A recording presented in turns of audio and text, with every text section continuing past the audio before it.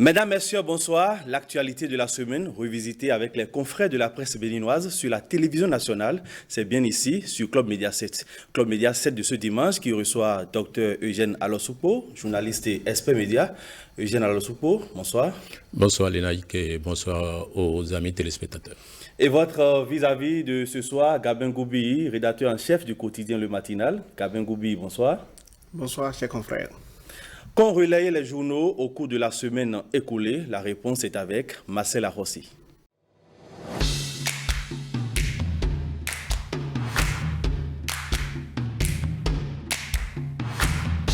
Face au drame de Dassa Zoumen, Fraternité observe finalement une société de plus en plus déshumanisée. Le journal s'intéresse à l'attitude des riverains à l'heure du drame. C'est écœurant, sinon inhumain de voir des témoins assister à ce drame sans rien faire d'autre que de filmer la scène. Pendant ce temps, ces âmes sont en agonie dans une flamme décidée à tout consumer sur son passage. Le journal jure que face à un accident, un incendie, une noyade ou toute autre situation dramatique, les hommes ont perdu le geste utile, porter assistance à des personnes en danger, poussés par l'envie diabolique de créer le buzz. Il développe de plus en plus le vilain réflexe de filmer des images, poursuit Fraternité, sans oublier que ces images filmées ont quand même réussi à informer les populations en temps réel. C'est le moment de restructurer le secteur des transports en commun au Bénin, un secteur très lucratif dans lequel beaucoup de particuliers, seuls ou en association, se sont investis, ajoute Info Matin. Malheureusement, beaucoup de dérives s'observent sans pour autant avoir ému grand monde depuis belle lurette. Le journal relève que plusieurs accidents d'ampleur moins dramatique ont déjà été notés avec comme source les erreurs humaines, l'état parfois désuet et anachronique des bus utilisés. Certains sont en réalité de véritables épaves roulantes qui mettent en danger la vie et la santé des milliers de Béninois. Tout en pleurant, il est impérieux de voir où le bas blesse afin d'être en droit de dire plus jamais ça. En ce qui concerne les axes routiers, s'il n'est pas évident de tout refaire et de tout parfaire en un claquement de doigts, il est bien possible de corriger les comportements des usagers et de finir une fois pour de bon avec le laxisme autour des cercueils roulants qui passent au nez et à la barbe des personnes censées les éjecter de la circulation, mais qui malheureusement restent sans réaction. Il faut décréter la fin du laxisme et de l'incivisme sur nos axes routiers parce que ces morts ne doivent pas être vaines et nul ne doit ignorer que les compassions à elles seules ne suffiront pas à éviter que ce genre de drame ne se reproduise plus jamais au Bénin, relève Fraternité. D'ailleurs, en cette fin du mois de janvier, les Béninois ont eu droit à une série d'accidents mortels sur les différents axes routiers, de Dassa en passant par Aplahoué sans doute, entre l'imprudence des conducteurs, les défauts liés au matériel roulant ou encore l'exiguïté des voies. Il y a un hic qui est à la base des récurrents dégâts enregistrés sur nos routes, poursuit Fraternité.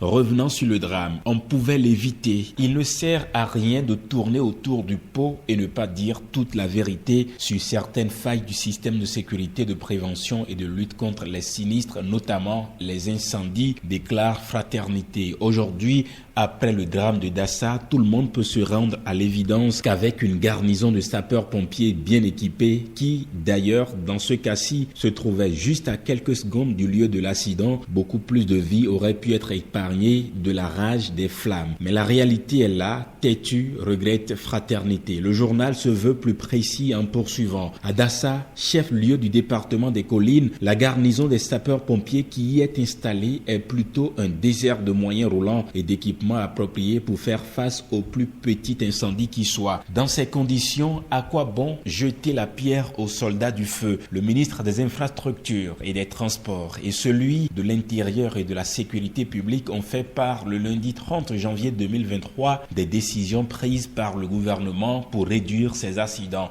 poursuit le journal. Entre autres mesures citées par le quotidien, il s'agit de la généralisation des contrôles de vitesse sur les axes routiers, la professionnalisation du métier de transporteur dont les tests sont en cours de finalisation, la création du parc automobile avec des véhicules répondant aux normes qui seront fixés par les tests, le vote d'un nouveau code de la route déjà soumis au gouvernement qui le transmettra à l'Assemblée nationale dès l'installation de la 9e législature et l'adoption de la politique nationale en matière de sécurité routière en cours. Après les législatives, est-ce qu'il y aura remaniement ministériel ? S'il est vrai qu'aujourd'hui, Abdoulaye Biotchane, ministre d'État en charge du développement et de la coordination de l'action gouvernementale, Salimane Karimou, ministre des enseignements maternels et primaires, Jean-Michel Abimbola, du ministère du Tourisme, des Arts et de la Culture, et Samou Seydou Adambi, ministre de l'Eau, ont le droit de prendre le chemin de l'hémicycle pour siéger en tant que députés élus, s'il est vrai qu'ils sont nombreux à espérer que le président Patrice Talon procède à un véritable remaniement ministériel. Il est aussi vrai que Patrice Talon a le choix, comme l'indique Gaskiani. Il peut ne pas changer son équipe et demander aux ministres élus de céder leur place à leurs suppléants respectifs. C'est une hypothèse plausible. Au cours de sa rencontre hebdomadaire du vendredi 20 janvier avec les professionnels des médias, Wilfried Léandre Ongbedi, porte-parole du gouvernement, a juste fait savoir sans détail que le dernier mot revient au président de la République.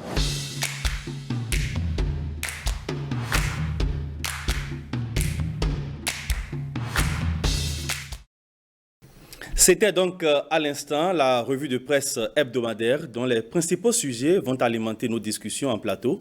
Ce sera dans la deuxième rubrique de cette émission, 7 jours au Bénin.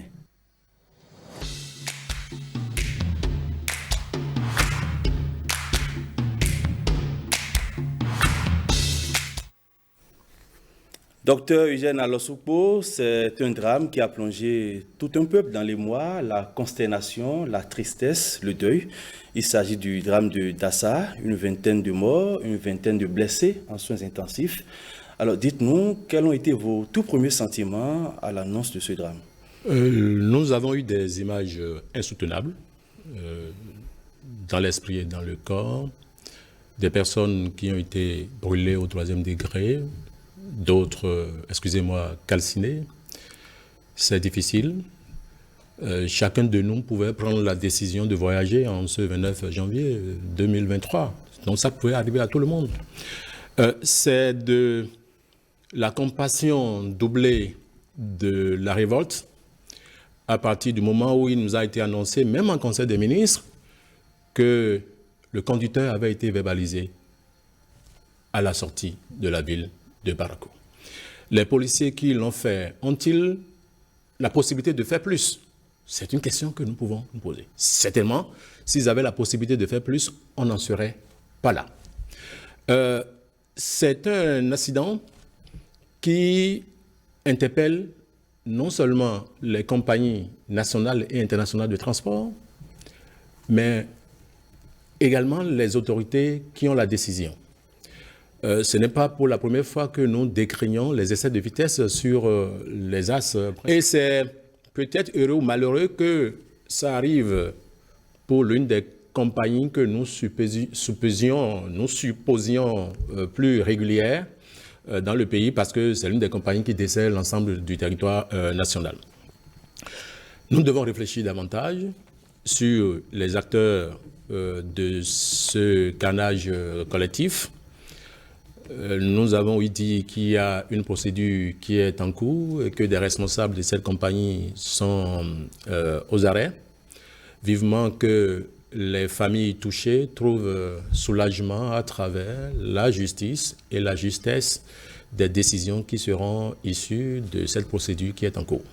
Gabin Goubi, cette question remet sur le tapis l'éternel problème de l'excès de vitesse sur nos axes routiers.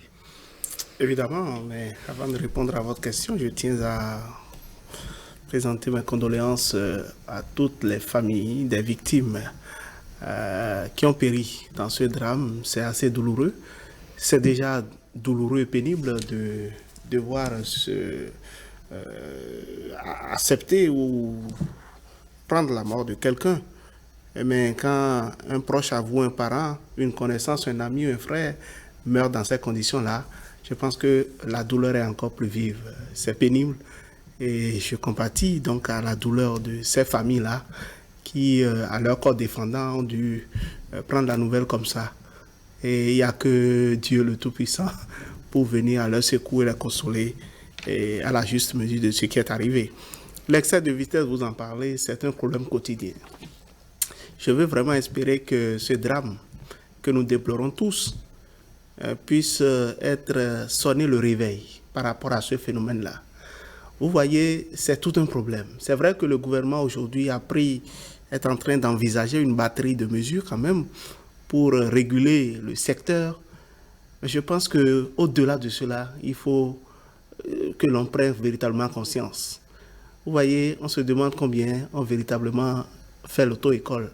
C'est vrai qu'aujourd'hui, on se dit il y a des réformes qui sont faites et autres, mais dès que vous êtes au volant, je pense que vous êtes seul face à votre responsabilité. Ce chauffeur qui a été verbalisé une fois, le confrère Eugène, doyen Gérald Souko l'a dit tantôt, si les policiers avaient véritablement les moyens de faire plus, je pense qu'ils le feraient. Il a été verbalisé une fois déjà sur la voie. Je pense que s'il n'avait pas engagé le bus dans une certaine vitesse, je pense qu'il aurait même les moyens de l'immobiliser sans toutefois aller là où on a été là. Donc c'est à la vitesse, l'excès de vitesse, c'est un problème récurrent, c'est un problème quotidien. Et je pense que par rapport à ça, c'est heureux que le gouvernement ait annoncé sa volonté de prendre des équipements pour pouvoir véritablement faire le contrôle à ce niveau-là. Nous sommes tous pressés. Je pense que c'est une maladie collective, c'est un mal de tous les usagers de la route. On est tous pressés. Ne parlons même pas du cas des motocyclistes. Peut-être que c'est ce qui est arrivé à Dassa qui fait aujourd'hui qu'on veut véritablement prendre à bras-le-corps le problème. Sinon, l'idéal aurait été qu'on prenne les dispositions en amont pour éviter de tels drames. Et je vais espérer que ce drame de plus qui est arrivé là soit l'occasion pour le gouvernement et pour l'ensemble du peuple, pour tous ceux qui sont dans ce domaine-là, de prendre véritablement connaissance pour sonner le glas, n'est-ce pas, de cette spirale d'accidents. Parce qu'aujourd'hui, par exemple, nous ne savons pas combien on périt sur nos routes, sur nos axes routiers. C'est récurrent, c'est tous les jours ça se passe. Franchement, il est temps que nous prenions conscience et que les tests qui sont annoncés pour être votés... On va y revenir. C'est peut-être regrettable que ça soit sur les cendres de la vingtaine de compatriotes que nous relançons dans les réformes. Nous relançons les réformes dans le secteur du transport. Mais nous avons l'impression que le secteur du transport, c'est un secteur ouvert où n'importe qui peut faire n'importe quoi. Nous parlons de ces compatriotes qui ont trouvé la mort dans ce drame de Dassa, mais nous ne savons pas combien de Béninois meurent sur nos voies par la faute des conducteurs de tricycles. C'est un autre vecteur d'accidents dans les villes périphériques, dans Cotonou. Il y a beaucoup de personnes qui meurent. C'est aussi une piste à explorer. C'est une piste à explorer qu'il faut réformer. Et au-delà de ça, les transports interurbains. Moi, je suis plus sur l'As Porte-Nouveau Cotonou, mais vous ne maîtrisez absolument rien. Vous ne savez pas exactement le nombre de personnes qui doivent embarquer dans un bus parce que le conducteur le fait à sa guise. Désormais, puisqu'il paraît que le litre du carburant a pris un peu de hauteur, donc le prix a pris un peu de hauteur dans l'informel. Et donc, désormais, c'est 5 passagers par banc, ce qui ne relève d'aucune règle. Avec des bus branlants. Avec des bus branlants, le conducteur fait sa loi dans la discourtoisie, l'insolence à la limite. Donc, les conducteurs ne sont pas, du moins les usagers ne sont pas en sécurité. Et l'autre problème, c'est le prix. N'importe qui. On fixe le prix. On fixe le prix qu'on veut parce que l'essence a pris 50 francs de plus le litre. Donc, on a l'impression que c'est un secteur trop ouvert qu'il faut canaliser, redresser, pour que chaque acteur sache exactement ce qu'il doit faire pour le bien-être de tous. Alors justement, face à cette situation tragique, l'exécutif a réagi promptement en prenant en charge les soins des victimes, des rescapés dans divers hôpitaux de la place et en installant des cellules de crise. Le dernier Conseil des ministres a pris une série de mesures urgentes, dont la professionnalisation du métier de transporteur, la réglementation sur la qualité du parc automobile avec des véhicules répondant aux normes et la transmission à la nouvelle Assemblée nationale du projet du nouveau code de la route. Alors, avec tout ceci, je pense que les lignes vont réellement bouger. Les lignes vont bouger et chaque acteur doit jouer son rôle. Chaque acteur doit jouer son rôle, à commencer par les gouvernants qui initient les tests, les députés qui vont voter les tests. Mais le problème, c'est la formation des conducteurs.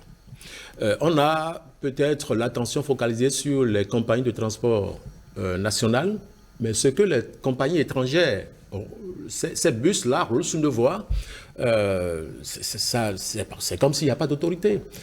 C'est vrai qu'on a voulu lutter un peu contre la corruption en retirant un certain nombre de prérogatives aux policiers, mais l'autre revers, c'est que nos voies sont ouvertes. On ne contrôle rien. Vous avez dans les agglomérations, les bus roulent à 100 km à l'heure, même les jours du marché. Donc, nous osons croire que l'ensemble de ces dispositions, si elles étaient prises, permettraient de mettre de l'ordre dans le secteur. Et il faut donner, je pense, un peu plus d'autorité aux forces de sécurité pour qu'elles puissent verbaliser et aller plus loin. Interdit, par exemple. Si les fautes sont graves, si on avait pu avoir la possibilité, ou si on avait donné la possibilité à ce policier ou à ces policiers de Parakou d'immobiliser le bus, on n'en serait pas là. Chacun de nous a une responsabilité à porter. C'est un drame qui a frappé. J'ai vu des gens pleurer autour de moi. On était dans des réunions où les gens pleuraient, surtout quand il s'est agi du cas de ce petit enfant dont la maman serait venue de la France et qui était en route pour aller voir sa maman qu'il a vue il y a très longtemps. C'est des cas qui ont touché. Et il y a un autre problème. Nous ne savons pas exactement le nombre de passagers à bord du véhicule. Parce qu'on a comptabilisé que ceux-là qui ont pris des tickets. Les enquêtes sont encore en cours. C'est vrai. On va laisser la justice faire son travail. Il y a des enfants portés, il y a des plus petits qui partagent les sièges avec leurs parents. Tout ça, certainement qu'avec les enquêtes, nous allons voir très clair. Une véritable perte. Il y a beaucoup de personnalités et puis des cadres, pas des moindres, qui ont péri dans cet accident. Oui, en fait, c'est là que c'est dramatique, c'est douloureux. On ne va pas en vouloir à quelqu'un d'avoir pris quand même ce moyen de transport. C'est malheureux que ce soit arrivé par une compagnie quand même qui a les moyens, qui fait partie du cercle restreint de ces compagnies plus ou moins sérieuses dans le secteur. Je pense que il est temps que, au-delà de la batterie de mesures qui est annoncée, qu'on prenne vraiment cette question-là à bras le corps. C'est un dossier qui va certainement accueillir la 9e législature. Exactement, le gouvernement l'a annoncé que le projet de loi qui a été étudié sera transmis déjà au Parlement dès son installation. Il est espéré qu'après ce vote-là, qu'on trouve vraiment le mécanisme d'appliquer les tests. Parce que vous savez, nous sommes une population où les gens ont toujours ce mauvais réflexe-là de contourner les tests. On trouve toujours le mécanisme de tricher, en dépit de la bonne volonté des gens. C'est vrai que je ne vous apprends rien si je vous dis qu'ils sont des milliers de chauffeurs aujourd'hui à avoir pris leur permis sans être passés par la direction des transports ou l'ANA désormais pour passer l'examen du permis. Ils sont nombreux à ne pas avoir mis pied de leur vie dans une auto-école pour connaître le code de la route. Et qu'est-ce qu'on en fait? C'est encore là le problème. On fait ça juste comme une formalité, mais les panneaux ne sont pas posés sur les voies pour décorer. Et le problème du contrôle, le problème de la visite technique des véhicules. La visite technique, en fait, depuis la maison, aujourd'hui, sans la présence physique des véhicules. Il suffit que les gens flashent juste la carte grise du véhicule, on envoie ça au CNSR, et puis quelques jours après, on vous envoie, ou quelques heures même après, on vous envoie votre attestation de visite technique. La visite technique qui n'est même pas contrôlée aujourd'hui. J'ai l'impression que la police républicaine est en train de prendre le relais, parce que je ne vois plus le Centre national de sécurité routière faire ses contrôles de routine les éléments, aller sur les voies, faire ça. Depuis 5 ans, on n'a plus assisté à ça. C'est comme si la police est en train de prendre le relais avec tout ce que ça comporte comme risque, parce qu'il suffit de sortir un petit billet de 2 000 ou un billet de 5 000 francs pour que le policier vous laisse dans votre infraction en train d'être ici. C'est quand vous faites... Les cas de rançonnement ont quand même diminué, Gabin. Ça a diminué, mais c'est un problème. Nous n'allons pas... Non, on va pas... Il y a une amélioration. Oui. Il y a une large amélioration par rapport au comportement de ces agents de sécurité. Il faut le reconnaître. Ça n'est pas rose, mais il y a une... Le mal est visiblement africain. On a enregistré des cas similaires d'accidents de la circulation au Sénégal, au Tchad. Non, il y a un problème d'infrastructure routière aussi. Pour les mêmes causes. Infrastructure routière désuète, conducteur en état d'ivresse, franchement, excès de vitesse, crevaison de pneumatiques, etc. Ce sont les mêmes causes. Alors, que répondez-vous à ceux qui en font une lecture spirituelle? Le drame est survenu le dernier dimanche du mois de janvier. Il y a eu plusieurs accidents de la circulation le même jour. Chacun a sa foi, chacun a ses croyances spirituelles. Libre à ceux-là qui font une liaison entre l'accident et d'autres événements spirituels, que ce soit dernier dimanche. Si l'accident devait survenir un premier dimanche de janvier, ça arriverait. Donc, chacun est libre de croire. Des paramètres à prendre en considération, à votre avis? Non, c'est le cas de Dassa, de l'accident de Dassa, de l'ampleur du drame qui a fait peut-être qu'on a décelé aussi des accidents dans Djomou où il y avait l'affaire de Wemehwe et ainsi de suite. Moi, je pense qu'avec l'euphorie des réseaux sociaux, on se dit, voilà, ça s'est aussi passé dans ce milieu ce jour-ci et ainsi de suite. Bon, on n'a peut-être pas des éléments pour apprécier réellement le Centre national de sécurité routière peut-être et d'autres structures qui sont en charge du secteur. Maintenant, si les gens peuvent faire quelque chose, nous sommes une population laïque. Je pense que si les gens peuvent déduire leurs conclusions, faire leur interprétation et exorciser véritablement le mal pour qu'on dise désormais plus jamais ça, je pense que c'est tant mieux pour la sécurité des usagers. Je crois que c'est déjà fait par les sages et chefs traditionnels de Dassa, qui sont allés exorciser les lieux. Vivement que les bons esprits règnent désormais là pour que... Ce ne soit pas du théâtre aussi, vivement que ce ne soit pas... Non, nous sommes d'un pays qui a ses pratiques, bien chacun est libre de croire ou de ne pas croire, mais ce sont des réalités et d'ordinaire, parce que lorsque les gens meurent par le feu, il y a des rituels qu'on fait pour que leur âme repose en paix. Je crois que c'est ces rituels-là qui ont été faits. Gabin l'a fait, je vous permets de le faire aussi, vos condoléances. Naturellement, au-delà, vous savez, ça a touché tout le monde. Tout le monde a été pris, pleurer c'était peu. Et donc, il y a de ces nombreuses familles qui sont dans ces difficultés aujourd'hui. Des couples entiers sont partis de brèche. Donc, c'est le moment de leur donner la force morale et psychologique en compatissant à leur douleur qui va rester peut-être longue, mais c'est parfois ce sont les réalités de la vie. Nos condoléances donc à toutes ces familles éplorées par ce drame. Nous allons changer de registre. On va s'intéresser à présent à la 9e législature. Grâce à la discrimination positive, 28 femmes vont y siéger. Gabin Goubéi, une première dans l'histoire politique du Bénin. Oui, je dirais que les femmes sont désormais face à leurs responsabilités. Une responsabilité historique. On verra véritablement de quoi elles sont capables. On a beau crier pour la parité, on a beau dénoncer le faible taux de représentativité des femmes dans les instances de prise de décision politique. Je pense que désormais, elles ont assez de marge de manœuvre pour quand même agir.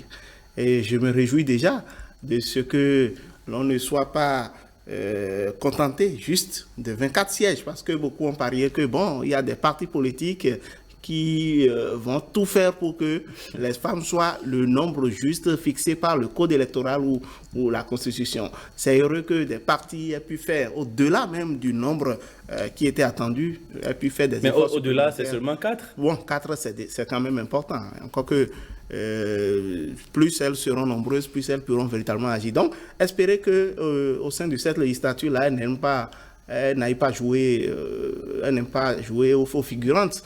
Juste des gens parlaient que l'hémicycle ne soit pas transformé en une chambre où on s'exhibe à la mode des make-up ou des femmes, enfin, qu'on fasse exhibition, n'est-ce pas, de son bagage intellectuel. Tout ça. Donc je pense que véritablement les femmes sont attendues pour animer le débat parlementaire, pour réfléchir à initier des lois qui puissent vraiment, au-delà même de ce que le chef de l'État, les décideurs politiques ont fait, qui puissent renouveler l'image de la femme et lui donner, n'est-ce pas, plus de marge de manœuvre pour contribuer véritablement au développement de ce pays. Vous qui êtes spécialiste des questions parlementaires, quelle va être la partition de ces femmes parlementaires dans la légifération et le contrôle de l'action gouvernementale afin qu'elles ne soient pas que décoratives, mais réellement représentatives? Depuis 1991, où a siégé la première Assemblée nationale de l'aide au renouveau, c'est la première fois que nous avons autant de femmes dans un Parlement. 28 femmes, en pourcentage, ça fait 25,62%. C'est beaucoup. C'est pratiquement le quart. Mais l'Assemblée nationale, en tant qu'institution politique, a ses particularités. Ces particularités où c'est un espace politique de discipline. Sur les 28 femmes, 25 sont toutes nouvelles. Elles n'avaient jamais exercé cette fonction politique. C'est un baptême de feu. C'est un baptême de feu. Il y a 3 qui, soit ont fait une mandature ou plus. La doyenne dans l'ordre, c'est Mme Tchanou, qui a fait plusieurs législatures. Et puis, il y a Mme Dainro, Rosine, et puis Chantal Aïe. Je constate qu'elles sont toutes du Bloc républicain. Alors, lorsque vous avez 25 femmes qui sont toutes nouvelles, il n'y a aucun miracle. Le Parlement... Ne soyez pas si pessimiste. Non, écoutez, je parle. Le Parlement, c'est un milieu de rapport de force. Vous êtes fort, vous n'êtes pas fort. Vous comprenez, vous ne comprenez pas. Elles sont 7 du Parti Les Démocrates, 7 du Bloc républicain, et 14, je crois, de l'Union progressiste, le renouveau. L'ensemble, chacune de ces femmes sera intégrée à un groupe parlementaire. Et le règlement intérieur de l'Assemblée nationale dit désormais qu'aucun parti ne peut former plus d'un groupe parlementaire. Ça veut dire qu'avec les hommes, elles sont dans un même groupe. Je peux vous dire, pour avoir fait mes recherches doctorales sur les parlements du Bénin et du Togo, que la démarche parlementaire s'apprend. Vous avez beau être professeur d'université, vous avez beau être un administrateur, il y a des particularités que vous devez apprendre. Les chapelles politiques organisent actuellement des séminaires de coaching politique afin de donner ces rudiments-là à leurs députés. Ce ne sont que des séances d'initiation. Ce sont des séances qui sont utiles pour j'allais dire des séances d'acclimatation, mais qui ne sont pas suffisantes. C'est au déroulé des plénières, de la procédure, de comment on apprend à prendre la parole, de comment on respecte la discipline de groupe, quand bien même vous êtes contre ce que le président du groupe, le parti a décidé. C'est à l'aune de ces éléments-là que nous allons apprécier ces femmes. Il n'y aura pas là-bas un conglomérat de femmes parlementaires qui va défendre les intérêts des femmes de façon particulière. Si les choses vont très bien, il peut y avoir une femme dans le bureau de l'Assemblée nationale, sur 7, comme il peut y en avoir 2. Parce que nous sommes passés de 83 députés à 109. Et donc, pour l'instant, nous sommes à 7 membres, encore que les donnes actuelles exigent qu'on élargisse le nombre de membres du bureau. Parce que dans la sous-région, il n'y a qu'au Bénin où nous avons un nombre étriqué, ce nombre étriqué dans un bureau qui gère un parlement. Au Togo, à côté, c'est 91 députés pour 11 membres du bureau, un président, 4 vice-présidents, 3 questeurs et 3 secrétaires parlementaires. Ça permet à toutes les tendances de se retrouver dans le bureau et de travailler. Et il y a d'autres efforts qu'il faut faire, par exemple, élargir le nombre de commissions permanentes de l'Assemblée nationale. Si on faisait ces efforts-là, ces femmes-là peuvent se retrouver, parce qu'il y a des femmes qui ont de forts profils à l'intérieur, quand bien même elles sont des démocrates ou du BR ou de l'UPR. Donc, il n'y a pas de miracle à espérer, cher. Nous sommes dans une démarche progressive d'intégration massive des femmes à nos institutions, mais au Parlement, il y a des règles et ce sont les plus forts qui vont décider. Et pour l'instant, ceux qui décident, ce sont les groupes parlementaires, c'est le bureau. Si les femmes, eh bien, s'agriffent à ces moteurs parlementaires, elles peuvent avoir quelques espoirs de s'exprimer parce qu'il y a des problèmes qui sont particuliers aux femmes, qu'on peut traduire en des textes de loi.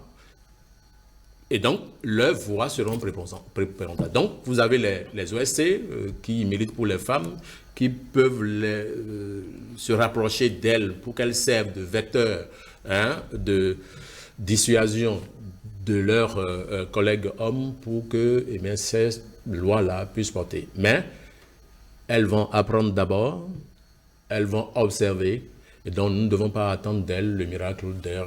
Encore que c'est une législature qui ne dure que 3 ans. Donc, elles vont servir de cobaye en attendant qu'en 2026, eh bien, elles reprennent les esprits. Et vu la mutation des choses, il n'est pas dit que ce sont les mêmes qui vont revenir en 2026. Donc, il doit y avoir de nouvelles et donc l'apprentissage va continuer. Gabé Goubi, avez-vous le même regard sur la question que votre vis-à-vis? Non, je n'ai pas d'autre choix que d'acheter presque entièrement l'exposé ou l'argumentaire du co-débatteur. Moi, je trouve qu'aujourd'hui, c'est vrai que il faut que l'on aille au-delà. Ce qui est en train d'être fait, je pense que c'est les séances de prise de contact, même si d'aucuns, par abus de langage, parlent d'appropriation même de la pratique parlementaire. Je pense que c'est à l'aune même des débats, comme l'a dit le docteur Gérard Soupo, que les femmes vont réellement intégrer les réalités. Moi, il ne faut pas se voiler la face. Beaucoup ont été emballés par l'euphorie de cette réforme-là, où on a positionné des femmes. C'était des gens ont fait des positionnements comme des ballons d'essai. Comme des ballons d'essai parce qu'il fallait expérimenter. Votre quotidien, le matinal, s'est-il un peu intéressé au profil de ces femmes? Oui, absolument. Et même, c'est vrai qu'on a déjà livré une partie de ce dossier-là, on va en parler. Il y a des femmes, par exemple, qui ont été surprises elles-mêmes de se retrouver élues. Il y en avait qui ont décliné peut-être leur candidature. Je parle de ces femmes-là, surtout au niveau du parti de l'opposition, avec les déboires que le parti a subis en temps. Il y avait une certaine réticence à être candidat et autres. Donc on a dû prendre dans la foulée des femmes qui n'étaient pas forcément prédisposées à la fonction. Ça aussi, c'est ça l'autre problème. Donc c'est vrai qu'il y a beaucoup de femmes aujourd'hui qui veulent faire leur première expérience, mais on va compter sur les profils respectables qui sont dans le lot. Ces femmes-là qui ont déjà un background pour pouvoir faire le lobbying autour, c'est-à-dire au niveau des groupes parlementaires, au niveau des commissions permanentes, au niveau même du bureau, si elles arrivaient à être représentées pour pouvoir véritablement agir sur les leviers. Mais penser qu'elles pourront faire le combat seules, encore qu'elles sont minoritaires, je pense que le sachant l'Assemblée... Oui, très rapidement. Oui. Ces femmes ne sont pas du même parti. Donc, elles appartiennent à 3 partis différents. Les partis n'ont pas toujours la même vue, la même vision des sujets. Donc, il peut arriver... Mais la condition féminine, elle est la même. Il peut arriver que les convictions politiques déçoivent ceux des citoyens qui attendent le miracle de ces femmes-là. Oui, malgré votre argumentaire, de quelle marge de manœuvre peuvent-elles disposer pour contenter un tant soit peu leur père? Non, ils ont un argument. Elles ont un argument. Elles sont femmes. En dehors de ça, non, je dis, vous savez, c'est réducteur. Non, c'est pas. Vous savez, la femme n'est pas l'homme. Il y a tout au moins ce sourire, cette. Mais ici, nous parlons de choses sérieuses. C'est le débat parlementaire. Je suis sérieux. Il y a des facteurs. Vous ne savez pas. Il y a de petites choses qui déclenchent de grandes choses au Parlement. Et le fait, vous savez, vous pouvez être... Il y a des opposants qui, malgré leur opposition au principe, ont des liens très forts avec des députés de la mouvance. Et c'est comment vous prenez les autres. Vous pouvez avoir des arguments que vous intégrez aux arguments des autres qui les portent. Donc c'est une question du moins de symbiose à l'intérieur. Et vous savez, quand vous avez l'habitude de venir au Parlement, parfois vous voyez des opposants et des mouvanciers qui mangent ensemble, qui vont dans le même véhicule, qui vont dans le même restaurant, qui boivent dans les mêmes verres.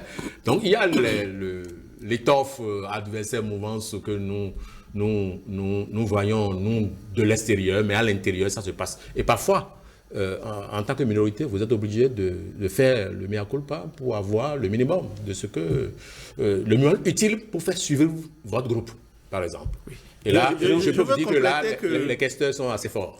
Je veux compléter que les femmes qui ont été élues ont intérêt à démontrer à la face du monde, à la face de leur challenger, parce que je sais que le combat n'a pas été facile, le positionnement au niveau de certaines formations politiques, ça n'a pas été facile. Elles doivent démontrer désormais qu'elles méritent réellement leur place. On ne veut pas des femmes qui soient là-bas en tant que spectatrices, qui ne sont là que pour lever leurs petits doigts et voter des lois, mais on veut des femmes qui aillent au front. La femme est capable de beaucoup de choses. Moi, c'est vrai qu'a priori, quand on voit le nombre, quand on considère les paramètres qu'elles ne sont pas toutes du même parti politique, on peut dire a priori que non, elles sont déséquilibrées par rapport à la bataille à mener. Mais la femme est capable de beaucoup de choses. La femme est capable de beaucoup de choses et je sais compter sur elles, ces femmes-là, celles qui, dans le lot, quand même, ont une expérience dans le domaine, celles qui ont dû faire des batailles dans l'ombre pour mériter leur place. Je sais qu'elles peuvent faire bouger les lignes quand même pour le rayonnement de la femme au Bénin. Il y a deux espaces majeurs d'expression du profil. Vous avez les commissions techniques. Et pour être membre des commissions techniques, ce sont les profils. Généralement, vous avez des enseignants qui sont membres de la commission de l'éducation, vous avez des financiers qui sont membres de la commission des finances, des juristes qui sont membres de la commission des lois. Et donc, mais les travaux effectués par ces commissions ne sont perceptibles que lorsqu'on commence les débats en plénière. Donc, les profils comptent pour être membre de ces... Donc, les femmes peuvent beaucoup apporter. Mais nous, de l'extérieur, nous ne voyons que celles-là qui ont la capacité de s'exprimer, d'attaquer ou de supporter un gouvernement. Et parler, prendre la parole dans cet environnement-là, ça s'apprend. Ça s'apprend et j'ose croire que leur parti et même tout le Parlement va fournir les moyens utiles pour les former à la prise de parole. Parce que on ne dit pas n'importe quoi à l'Assemblée nationale non plus. Il faut leur apprendre les causes de communication, comment on s'exprime, comment on aborde une question, comment on dit l'essentiel sans avoir beaucoup parlé. Parce que vous parlez, on vous donne un timing dans lequel vous vous exprimez. Tout le monde n'a pas... Vous savez, moi j'ai lu un peu les profils. Ce n'est pas la joie partout. Parce que, non, ce n'est pas le même profil. Et ce n'est pas un crime. Il y en a, nous avons vu à l'Assemblée nationale, des hommes et des femmes qui n'ont jamais pris la parole pendant plus de 12 ans. Et pourtant, la République tient debout. Donc, c'est une... Mais ce n'est pas ce qui est souhaitable. Ils sont influents. Un parlementaire, c'est un élu du peuple qui doit quand même porter la parole. Le parti, en ce moment-là, ne pouvait pas se passer d'eux pour gagner des sièges. Non, ça c'est la bataille politique. Ils sont à cause de leur matelas financier aussi. Donc. Et c'est des gens qui étaient financièrement bons aussi. Aujourd'hui, on a besoin de profit des gens qui s'expriment, mais parler à l'Assemblée nationale, ça s'apprend et tout le monde ne sait pas parler. Ce n'est pas une question de je suis administrateur, je suis ingénieur, non. Il y a des ingénieurs, des administrateurs qui n'ont jamais pris la parole. En tout cas, maintenant, il y a parlé et bien parlé. Ce sont deux choses différentes. Vous faites un bon consultant, là. Oui, Gabé. Non, c'est vrai. Pour finir avec la question. C'est vrai, ce qui est souhaité, c'est qu'on ne fasse pas comme avant. On a connu peut-être des parlementaires qui, durant 4 ans, n'ont jamais pris la parole. Ce n'est pas de ça qu'on veut maintenant. Il faut quand même arrimer un peu les choses à la nouvelle dynamique. Du neuf, un peu du neuf. Aux réformes politiques, je vais espérer que ce soit des femmes qui méritent, j'insiste là-dessus, qui méritent réellement, parce que les gens les attendent. Leurs challengers qui ont souhaité être à leur poste, qui ont été sacrifiés, qui n'étaient peut-être pas portés par de bons parrains. On attend, on croise les doigts, on veut voir de quoi celle qui a été finalement désignée, qui veut siéger, on veut voir de quoi elle est capable. Et je pense qu'elles ont l'occasion désormais de démontrer qu'elles méritent réellement leur positionnement, qu'elles méritent d'être élues. La bataille aura été totale le jour où une femme sera présidente de l'Assemblée nationale au Bénin. Ce n'est pas exclu. Au Togo, c'est le cas.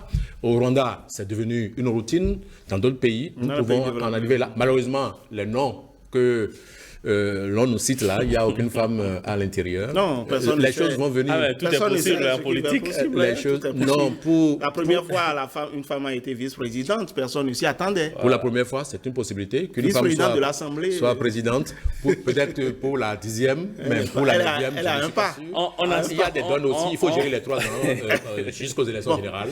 C'est des donnes politiques qu'il faut maîtriser et ceux qui sont au devant savent là où il faut placer les pas pour que 2026 soit meilleur pour eux.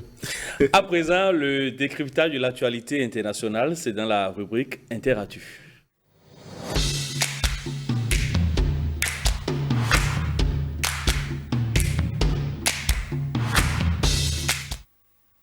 Le pape François était en visite cette semaine en RDC.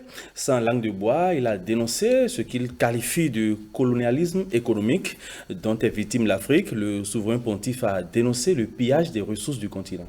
Non, je pense que François est toujours dans son lexique. Le pape François.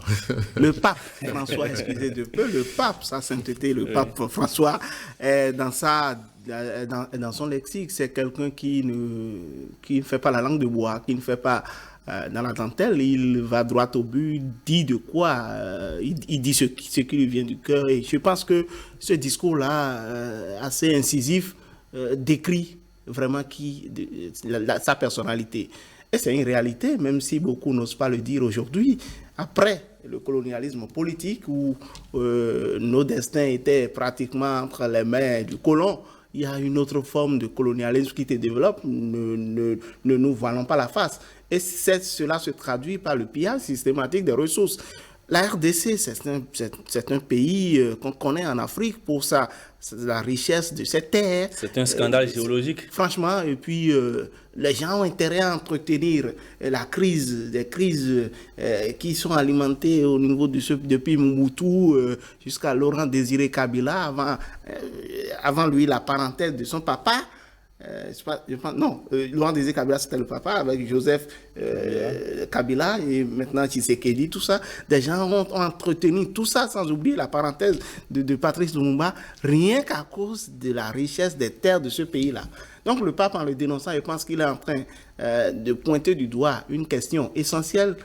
C'est vrai qu'aujourd'hui, on a l'impression que les populations sont impuissantes, parce que le paradoxe, c'est que vous avez tous ces atouts-là, mais la population souffre cruellement. Je pense qu'il est temps qu'on prenne conscience. C'est le discours qu'on a toujours tenu en Afrique. Ce n'est pas nouveau ce que le pape a dénoncé. Maintenant, quels sont les moyens, les dispositions que nous-mêmes, Africains, nous prenons pour pouvoir limiter, mettre fin à ça? C'est ça la vraie question selon moi. Un extrait de l'allocution du pape qui reste gravé comme du marbre, je cite, « Ôtez vos mains de la République démocratique du Congo, ôtez vos mains de l'Afrique. Cessez d'étouffer l'Afrique. Elle n'est pas une mine à exploiter, ni une terre à dévaliser. » Fin de citation. C'est une injonction adressée à qui? Ceux-là qui ont la même mise sur le Congo démocratique autrefois Zaïre, on les connaît. Le Congo démocratique est victime de sa richesse. Malheureusement, la chasse aux richesses du pays fait que les populations... la population est perturbée dans son quotidien, où les populations sont perturbées dans leur quotidien. Vous savez ce qui se passe à l'est du pays, où pratiquement on met tout sur la tête du Rwanda. Mais il y a d'autres éléments, il y a d'autres belligérants sous veilleuse qui ne se manifestent pas et qu'on connaît, surtout des étrangers. Et donc, il appartient aux décideurs du Congo démocratique de prendre les taureaux par les cornes. Vous avez vu, on les a qualifiés de fous, mais il y a quelqu'un qui est venu au Mali qui a décidé de ce qui doit être. Il y a quelqu'un qui est venu au Burkina qui a commencé par faire comme quelqu'un d'autre. Ce n'est pas nécessairement qu'on est d'accord avec eux. Et ce n'est pas le même contexte aussi. Hein. Ce n'est pas le même contexte et ce n'est pas la même puissance colonisatrice aussi. Ce n'est pas la même puissance colonisatrice, encore que le Zaïre, si vous voulez, le Congo démocratique, en veut suffisamment à la puissance colonisatrice qui l'a pillé, qui l'aurait pillé et qui a freiné son évolution, comme toutes les puissances d'ailleurs qui ont colonisé les pays africains. Comment faire pour que la paix soit congolaise? Comment faire pour que les populations... Tous les jours, vous voyez dans l'Est des populations qui mettent leur bagage sur la tête, qui se déplacent avec des images choquantes, avec des chèvres et des poules en main. C'est pas normal. Ils sont dans leur propre pays. Parce que des individus ont envie d'exploiter le diamant, d'exploiter l'or, d'exploiter les autres ressources minières, continuent de perturber ces populations. Il faut que la paix revienne au Congo. Et le pape, il est à une position majeure qui puisse lui permettre d'identifier ceux-là à qui il donne ces injonctions-là, l'essentiel. Mais je pense que ça va mettre du temps parce que dans le cadre de ces conflits-là, il y a des groupes organisés qui ont des intérêts à l'interne, qui perturbent les populations, des viols, des vols, des magasins qui sont pillés tout le temps. Donc, c'est une chaîne de problèmes, mais lorsque vous arrivez à régler le problème par la tête, vous arrivez à désarticuler les autres démembrements. Oui, au-delà du symbolisme de cette visite, qu'est-ce qui va changer après son passage? Pas grand-chose. En dehors de ce que le pape, de par sa notoriété et son image, a mis les loupes sur le Congo, a doigté le problème. Vous savez, dans tous les médias, on en parle. Il est allé ensuite au Soudan du Sud, on en parle, des pays qui sont en difficulté humanitaire. Et il appartient aux décideurs congolais de prendre les décisions qui conviennent à ce que les populations... Nous attendons dans quelques mois les élections au Congo, dans un pays aussi vaste. Comment faire pour que tout le monde vote? Il y a déjà des murmures sur la liste électorale. Il y a des gens qui estiment qu'il y a déjà de fraude. Un pays aussi vaste, si grand, avec de grands acteurs politiques qui ont suffisamment de moyens, qui peuvent influencer les élections.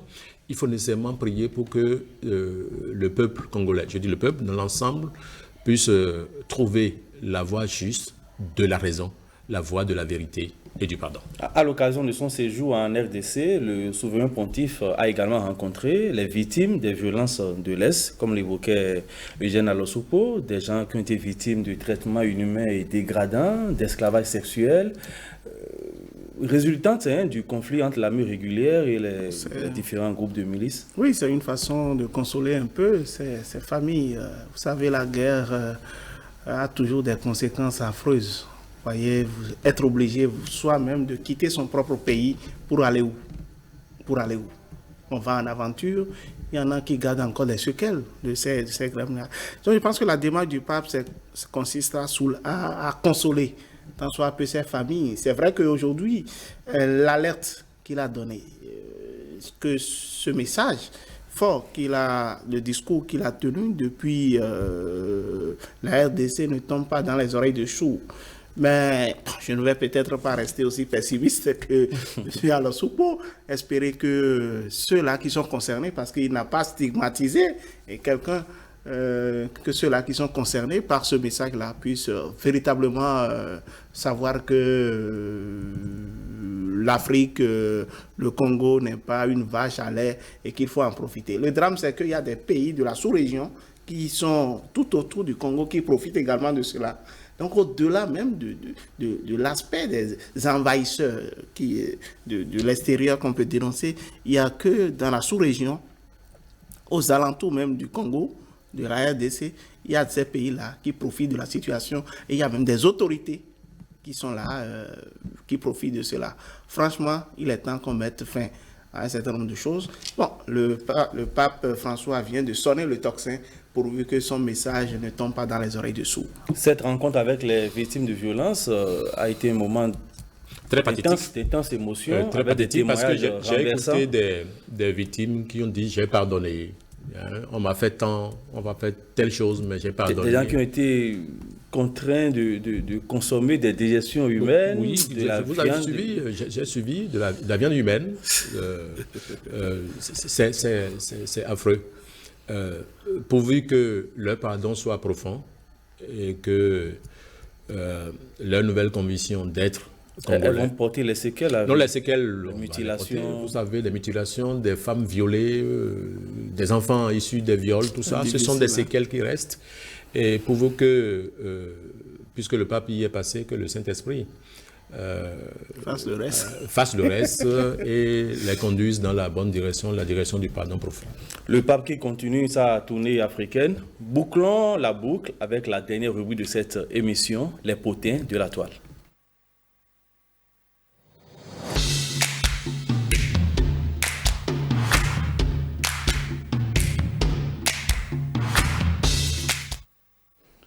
Vague d'indignation sur la toile, Gabin Goubi, sur la toile, cette vague d'indignation est due au décès du jeune américain, un noir américain de 29 ans, Tyre Nichols, qui a été sévèrement battu par 5 policiers. Il en est décédé 3 jours plus tard. Ces obsèques ont eu lieu cette semaine et l'Amérique qui a pleuré récemment la mort de George Floyd.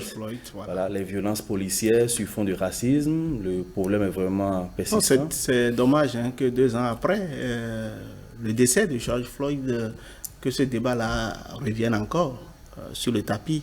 C'est triste pour ce pays, cette nation, qui est quand même un modèle pour beaucoup d'autres pays.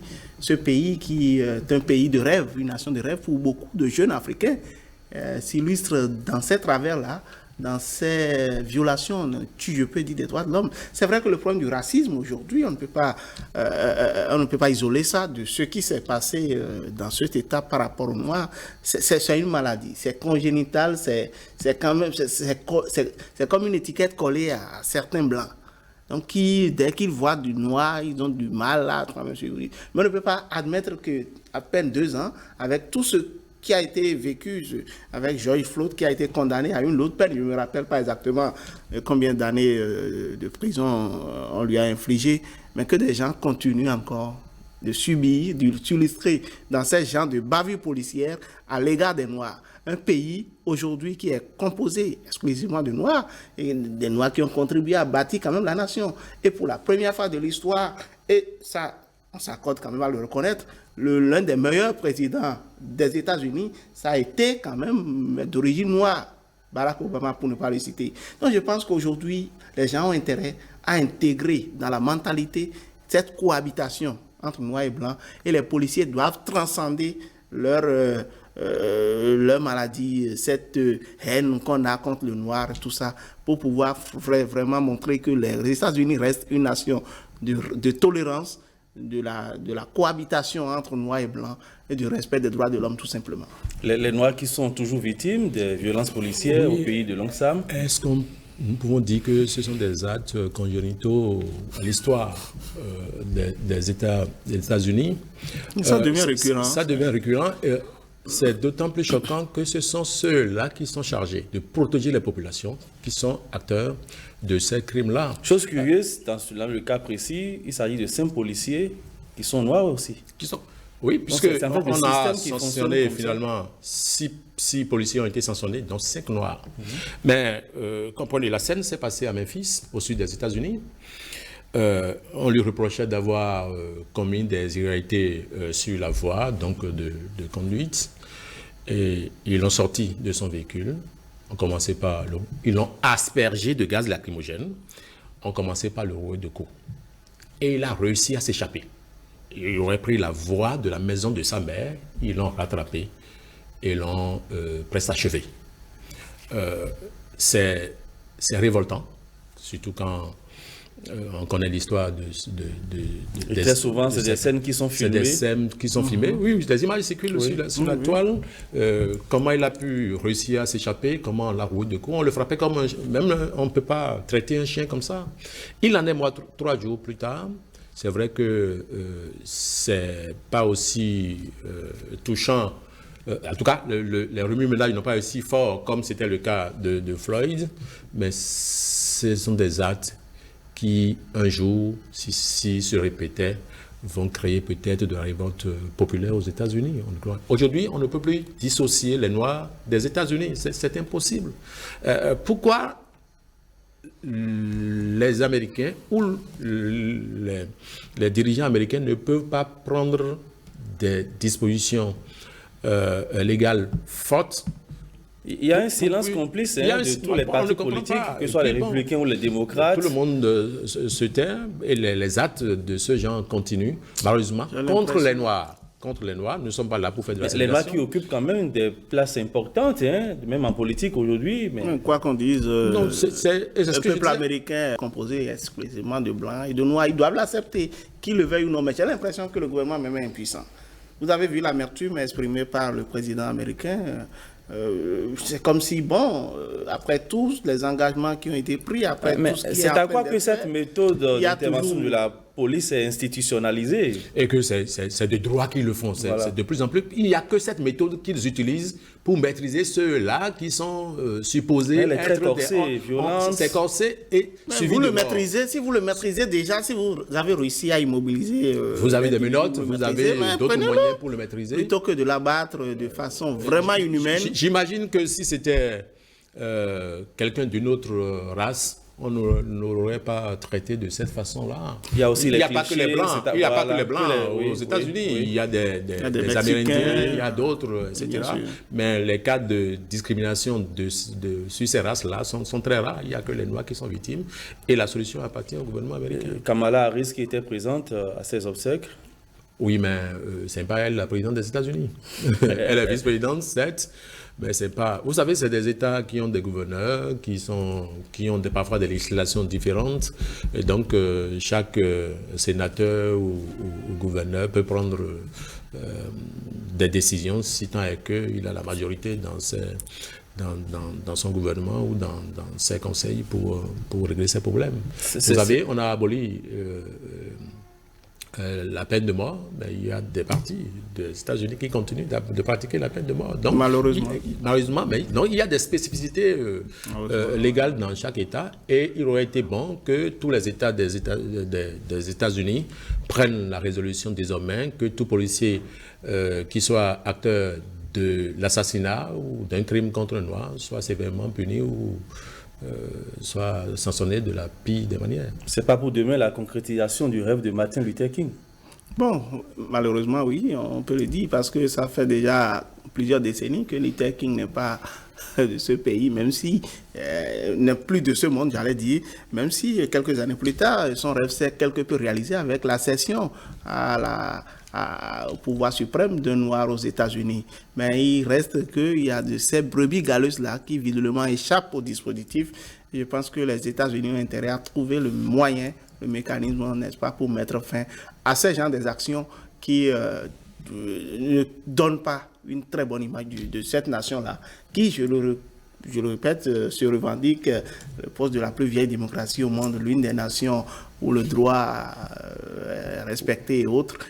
Franchement, c'est des taches noires qui ne crédibilisent pas trop ce qui se passe dans ce pays-là.